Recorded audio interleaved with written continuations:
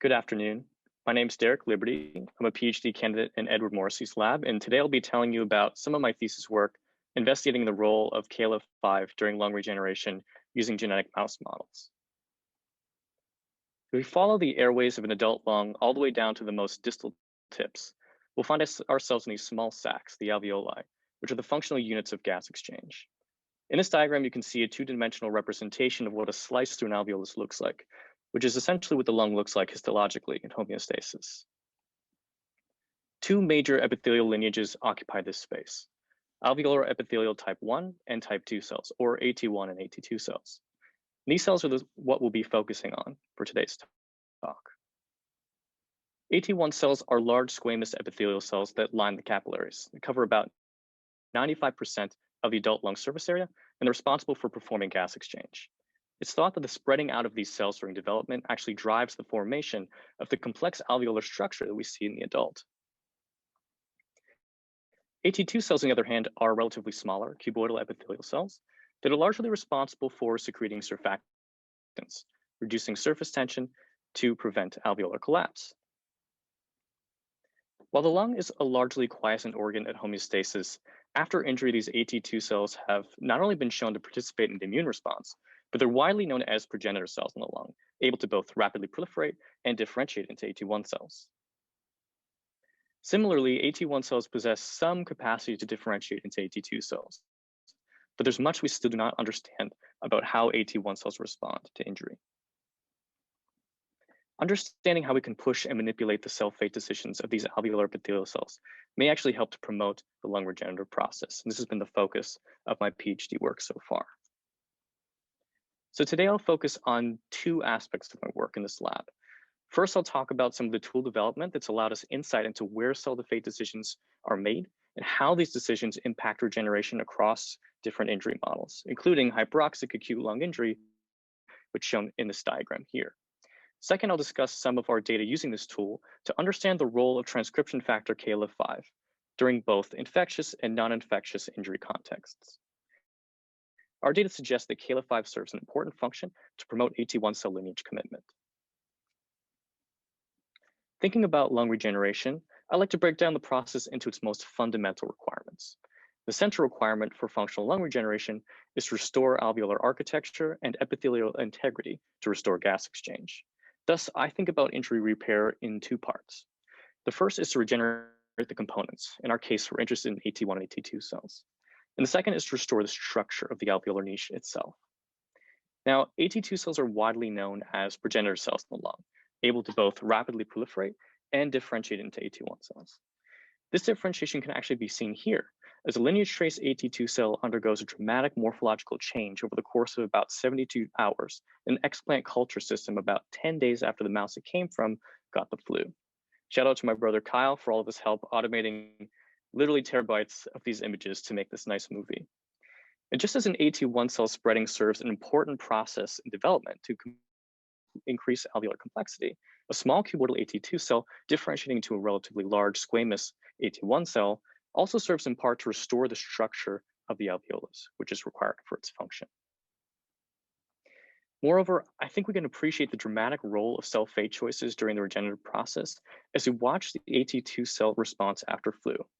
If we focus on this white border line at the edge of an injured area, you note how lineage trace cells actually radiate out from the injured area over time as cells divide and differentiate. And this regenerating area is very specific, highlighting that AT2 cell specific mediated regeneration happens robustly in particular areas after injury. Additionally, you can see not only the expansion of these cells over time, but also how the tissue is remodeling over time, even over a very short period like this 72-hour clip.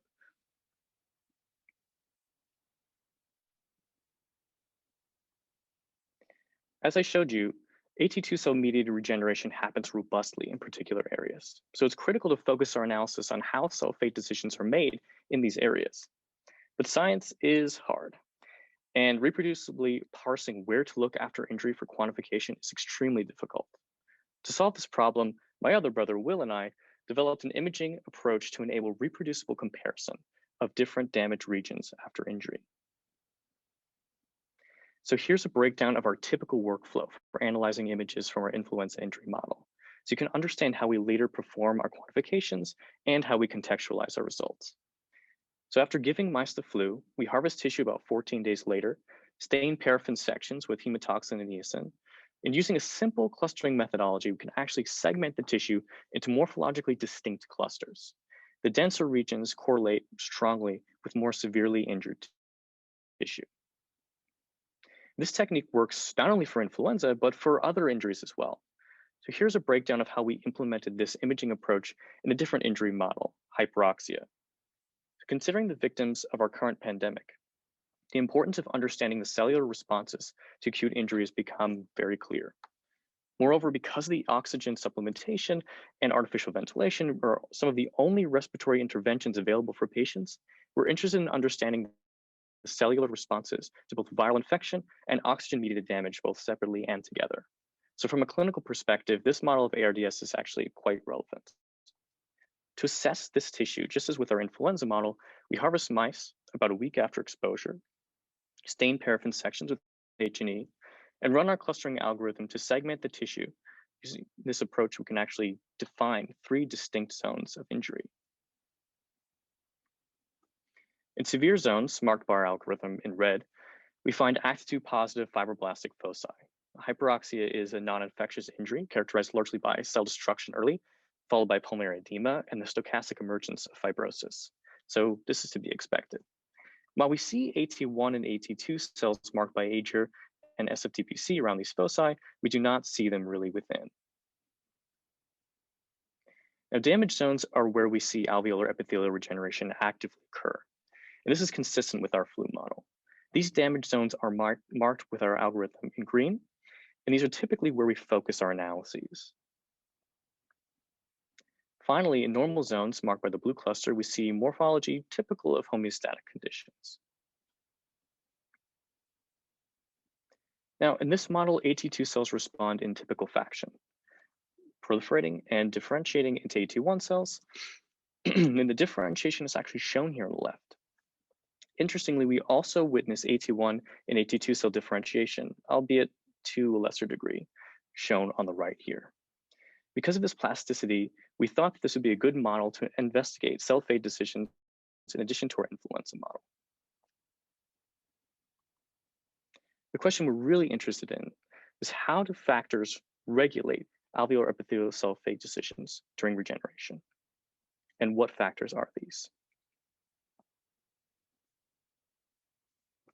Well, screening through single-cell RNA-seq data from our lab in search of transcription factors that are differentially expressed across the different compartments of the lung, we found that KLA5 expression is restricted to both early AT1 and AT2 cell precursors, as well as early airway epithelial cells at E15.5, by which time the vast majority of these cells are specified. And this expression pattern continues into the adult stage, as KLA5 is expressed both in the airway and adult alveolar epithelial cells. This is consistent with previous findings from the Whitsett lab.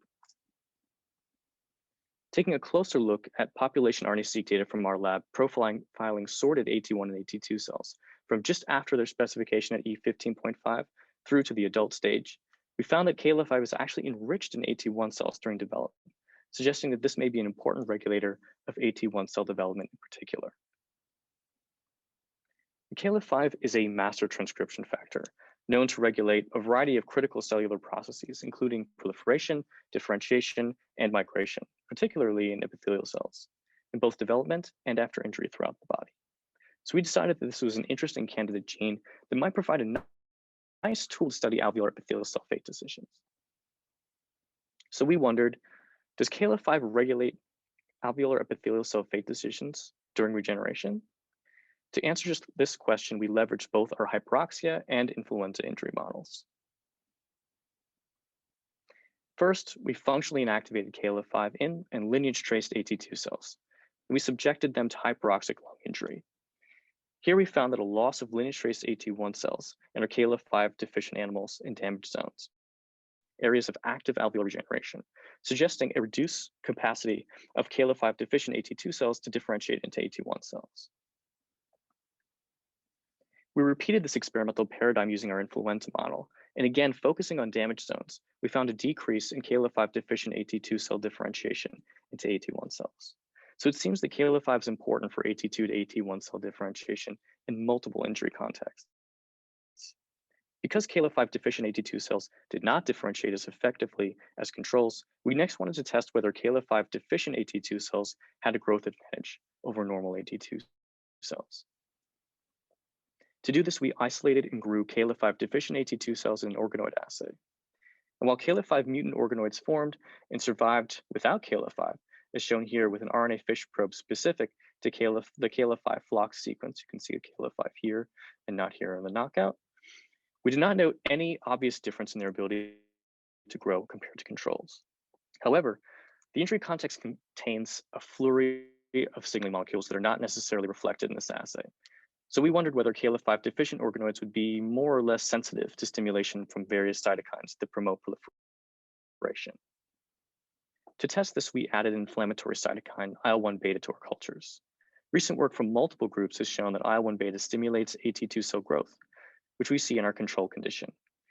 Interestingly, we found that KLA5 deficient organoids were more sensitive to IL-1 beta stimulation, suggesting that KLA5 deficient AT2 cells are more sensitive to inflammatory signaling and perhaps to other pro-proliferative pathways as well. So that's all I have time to show you today. Thank you so much for listening. Right now, we're working hypothesis for this work is that during adult regeneration, KLA5 suppresses factors supporting AT2 cell identity maintenance and proliferation, or both, either or both, to promote AT1 cell differentiation. And we have a lot of work left to do here. But specifically, what we're interested in going next is looking at the signaling pathways that are impacted by loss of KLA5. In particular, in light of recent work investigating how chronic inflammation can inhibit AT2 to AT1 cell differentiation, we're interested in the role of KLA5 in suppressing inflammatory signaling to promote differentiation. So with that, I'd like to thank my lab, in particular, my mentor, Ed Morrissey, my lab for helpful discussion and support throughout this whole process, especially Ian, a former grad student in the lab, and Madison, a former technician.